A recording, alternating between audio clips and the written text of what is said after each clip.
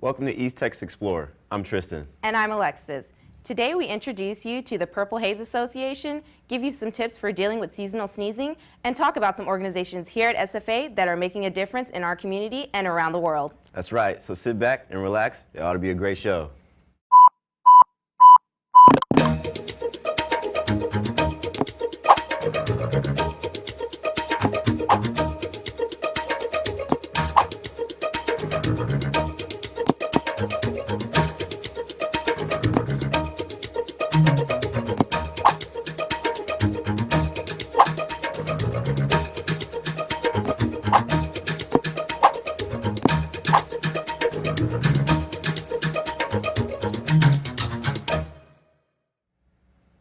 On East Texas Explorer, we'll be featuring stories about people, places, and organizations at SFA and around Nacogdoches.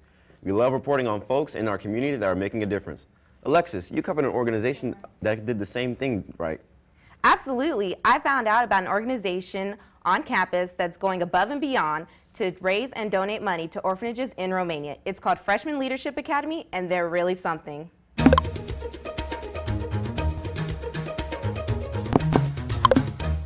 Here at SFA, there are over 200 student organizations available to students on campus.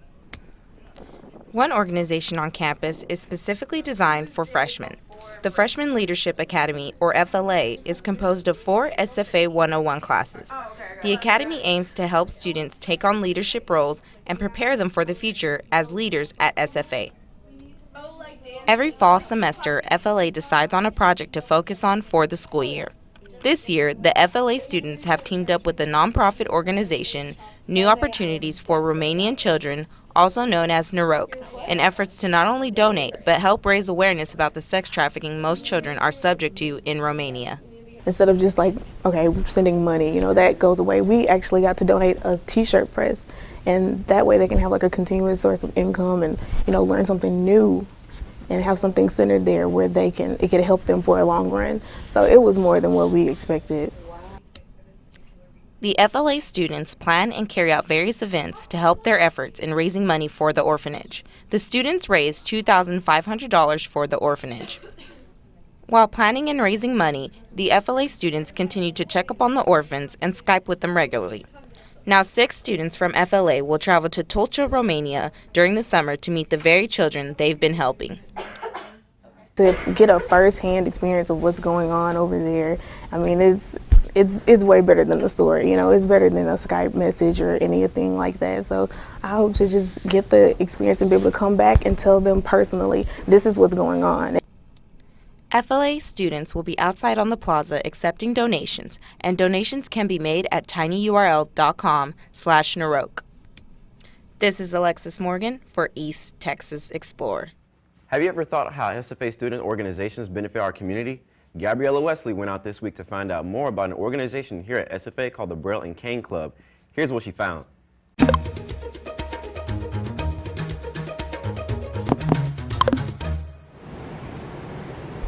One small organization making a big difference in our community. The Braille and Cane Club serves as a means to create awareness and advocate the needs of people with visual impairment. The club meets every Monday at 4 p.m. on the 3rd floor of the Human Services Building. When it comes to everything I've been through, being physically disabled and visually impaired, the Braille and Cane Club is kind of like a support group for me every week. I've met some great people who understand the things that I deal with every day of my life, who understands the complications of being visually impaired or having any disability.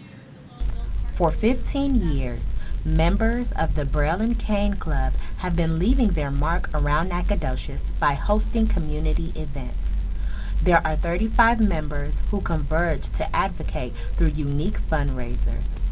All proceeds from each event are donated to visually impaired children in the Nacogdoches community.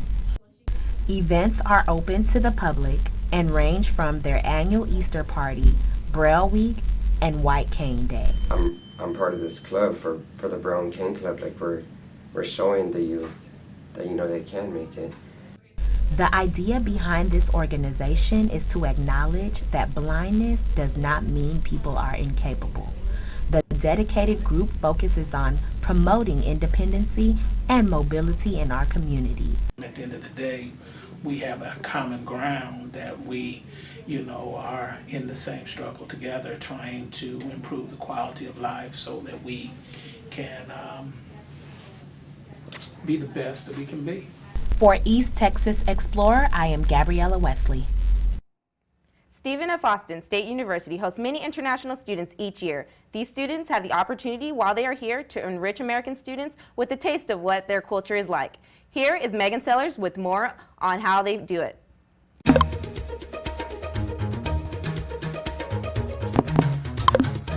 The International Affairs Department on the campus of Stephen F. Austin State University offers a unique experience for the faculty, staff, and Nacogdoches community by putting on an event they call Global Gateway. This program allows international students from all over the world an opportunity to present about their home country. Some students even prepare multiple course meals using foods from their homeland. I got the chance to talk with Oresta Feltz, the coordinator of international programs at the university, to learn some more about what these students do. We try to let people know about the culture, maybe just a little bit of history and daily life in that country. And we have a unique opportunity because our students from those countries are actually here and they're speaking about their own country, and so the viewers or the audience gets a first-hand experience at asking questions or just listening to what they have to say. The program I got to attend was presented on South Korea. I got to try the many different foods and learned so much about the culture of the country. You wouldn't believe the delivery system they run in South Korea. And you can get deliveries almost anywhere, even a park or a subway. Can you believe? If you're in a subway and then you can call and then you can order, you can get delivered. These presentations are put on monthly by the Office of International Affairs and are completely open to the public. Reporting for East Texas Explorer, I'm Megan Sellers. We'll be back after the break with some tips on dealing with seasonal allergies. Yep, and we'll be revealing one of NAC's best kept secrets. Stay tuned.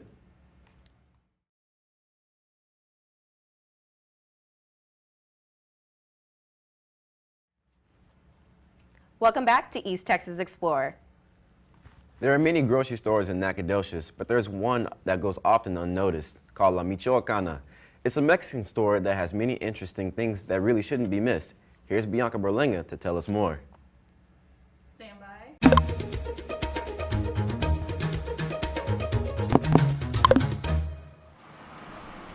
La Michoacana is one of Nacogdoches' best kept secrets. When it first opened in Nacogdoches in 2005, it wasn't easy because business was slow. It was difficult to carry the people, customers, because on the town there's not a lot of Mexicans.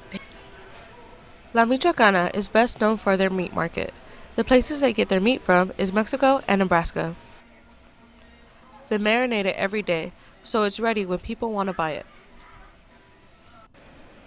They're also known for their taqueria inside their store. They make authentic Mexican food for breakfast, lunch, and dinner. One of Ramiro's favorite things about La Michoacana is the bakery. It has all the pan dulces like conchas and empanadas. The bakery. We make bakery here every day. It's still really still Mexican, and the people should like it. La Michoacana has grown into a well-known store. People have traveled from Louisiana just to come to La Michoacana. How do you know La Michoacana?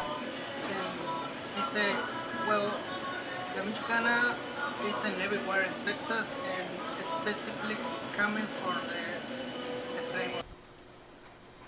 For East Texas Explorer, I'm Bianca Berlenga. An unexpected guest lives in the Turner Fine Arts Auditorium at SFA. For more on this historic story, here's what Brandon Smith found.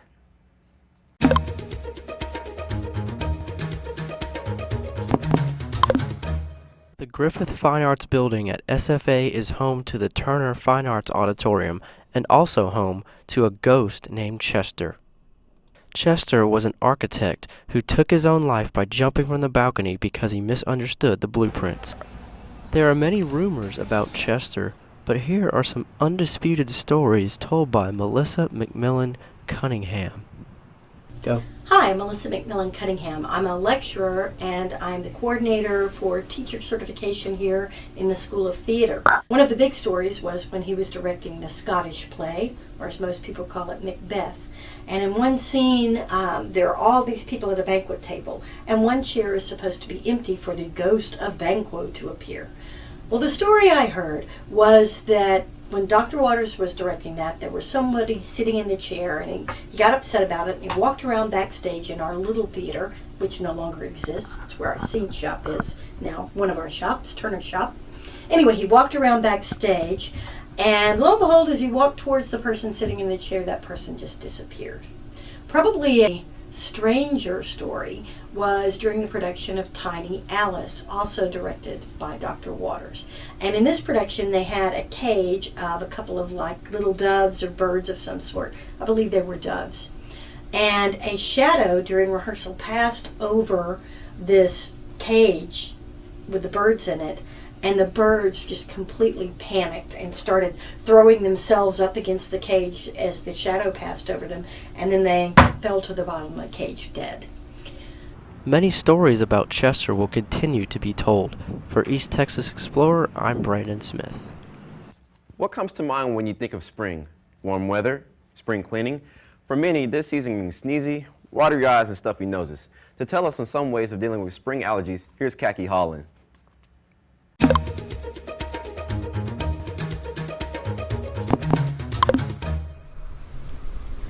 Springtime may be considered a beautiful time of year, but for some people it's also a high allergy season. Ruth Overstreet of Ruth's Health Foods discusses some of the best remedies and preventions of springtime allergies. One of the things that my customers have told me before I really knew a whole lot about that was vitamin C. Simple, available everywhere. That when allergies start to occur, up your C's, and that helps with the allergy condition. Ruth also suggests fenugreek and marshmallow as a remedy for allergy sufferers. Fenugreek helps to dry up the nasal passages, while marshmallow is really gentle to the mucous membranes and prevents over-drying. Other recommended immune builders include honey, rolled jellies, and bee pollen. These can all be taken as defense against allergies. It's best to find a local source of honey or bee pollen so it contains the allergens that cause the reaction. Some people who take bee pollen prefer to eat it in a granule form. However, it can be obtained in a capsule form as well. Ruth says another thing that works well in preventing allergies is the neti pot. What that does is rinse out whatever you breathe in now. If you've been outside, as soon as you come in, rinse out the sinus cavities before those little particles have a chance to embed and cause a major problem. And that'll go a long way to preventing allergies. Taking a supplement called zinc is another great way to fight off allergies. Zinc is available in many forms, including a lozenge. A lozenge a day keeps the allergies away. For East Texas Explorer, I'm Khaki Holland. We'll be right back with a story about a local business that's been adding a splash of color to the Nacogdoches community for years. Stay tuned.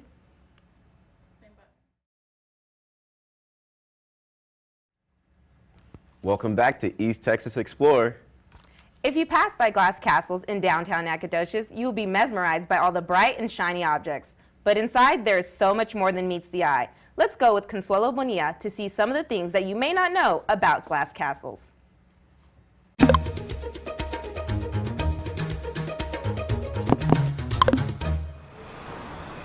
In downtown Nacogdoches, there is a store where the glass sparkles and the service shines. Glass Castles is owned by Teresa and David Darby and has been open for over 33 years. They met in Houston, but once the city became too big for them, they decided to move to Nacogdoches. Both of them had experience designing and creating stained glass windows, so they decided to open their own business. Their work is very well known in the Nacogdoches area.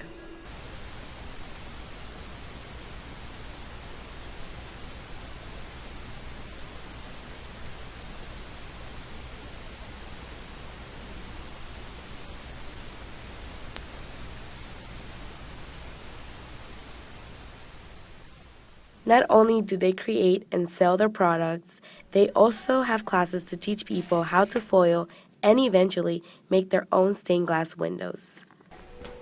Even though their company is family-owned, they do not have any children to pass on their business.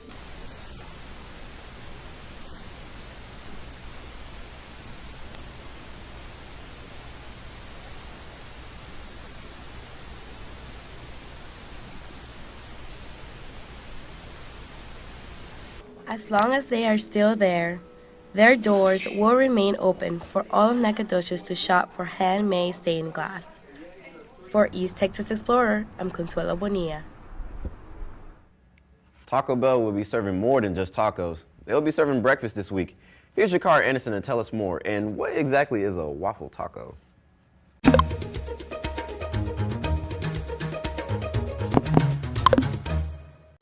The countdown begins for Taco Bell's breakfast menu. In just 8 days, you will be able to get breakfast items such as the waffle taco and the breakfast crunch wrap. Taco Bell says their breakfast items are designed to appeal to younger men. According to NYDailyNews.com, Taco Bell President Brian Nicole said that Taco Bell intends to be a strong number 2 after McDonald's.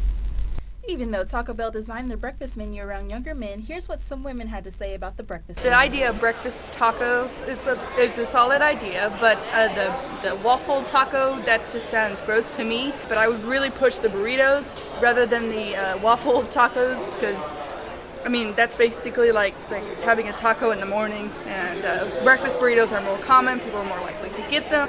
I'm a big fan of Taco Bell, and I'm also a breakfast person.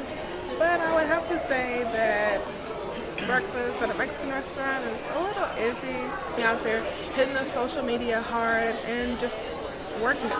It's going to take months, probably years, for people to wrap Mexican breakfast around their head for Taco Bell.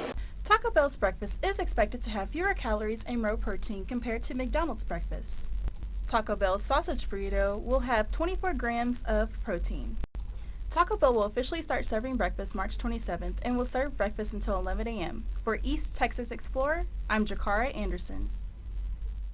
Purple Haze Association is the newest Tier 3 organization at SFA. Students bring their lumberjack spirits to sporting events and encourage fellow lumberjacks to get involved. Here's Miliana Davis with the story.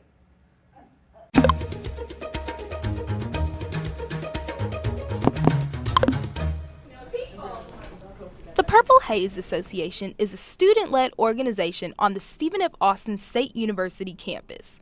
Members carry out the lumberjack spirit in any way that they can. Students who are the loudest and the proudest students on campus. We go to all of the home events for all the sports, most of the sports, and we just sit on the away side and cheer our hearts out and leave with hoarse voices and make lots of noise. Invited, maybe. Yeah, there's definitely going to be more. Okay. Members work to get students to come together to show their purple pride. The Purple Haze Association bleeds purple at athletic games. They often host free giveaways to boost the lumberjack spirit.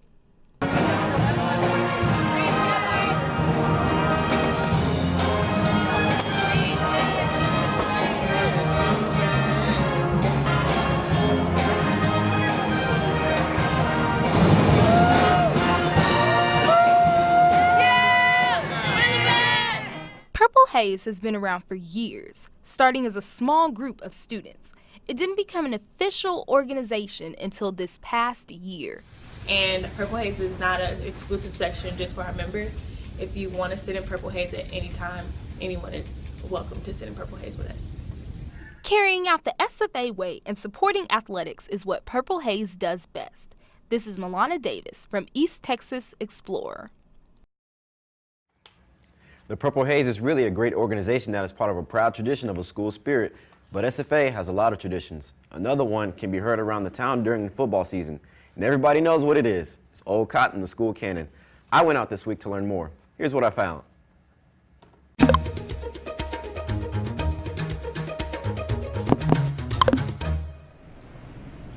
At every home football game, the opposing team is introduced to the booming sound of Old Cotton, a 75mm howitzer cannon.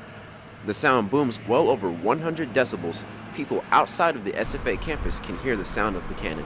SFA ROTC shows their school spirit by firing Old Cotton, running up to the end zone and doing the number of push-ups the Lumberjacks scored. But who is Old Cotton? Old Cotton the Cannon is named after Lieutenant General O.R. Whitten, the most senior military officer to have graduated from SFA. Whitten was also inducted into the SFA Alumni Hall of Fame in 1988. Old Cotton the Cannon was introduced to the football field on November 9, 1994. It is handled and carried by the cadets of the Cannon Crew in ROTC. Cadet Nathan Connor, a Cannon Crew member, knows Old Cotton inside and out. Pull a little lever, it would shoot out, and you throw in a shell. And we use these smoke rounds because those are the louder ones, and those are the ones that produce all that smoke that you see whenever we fire it. We also have a smaller shotgun round. Those are normally used for like a field goal or something like that. It's not so much smoke, it's not near as loud, doesn't have as deep of a vibration to it. When Old Cotton is not at a football game, the heavy artillery sits in front of the Military Science Building for all to gaze upon it. Old Cotton has intimidated opposing teams for the past 19 years and will continue to do so. Don't be surprised by the sounds of Old Cotton next time. Be assured that the Lumberjacks are putting points on the scoreboard. For East Texas Explorer, I'm Tristan Hardy. Thanks for watching. We'll be back next week with more on local people, places, and organizations. That's right, and if you'd like to see this episode or other Jack TV shows, check out our YouTube channel at Jack TV SFA. We'll see you next time on East Texas Explorer. Ask 'em Jacks.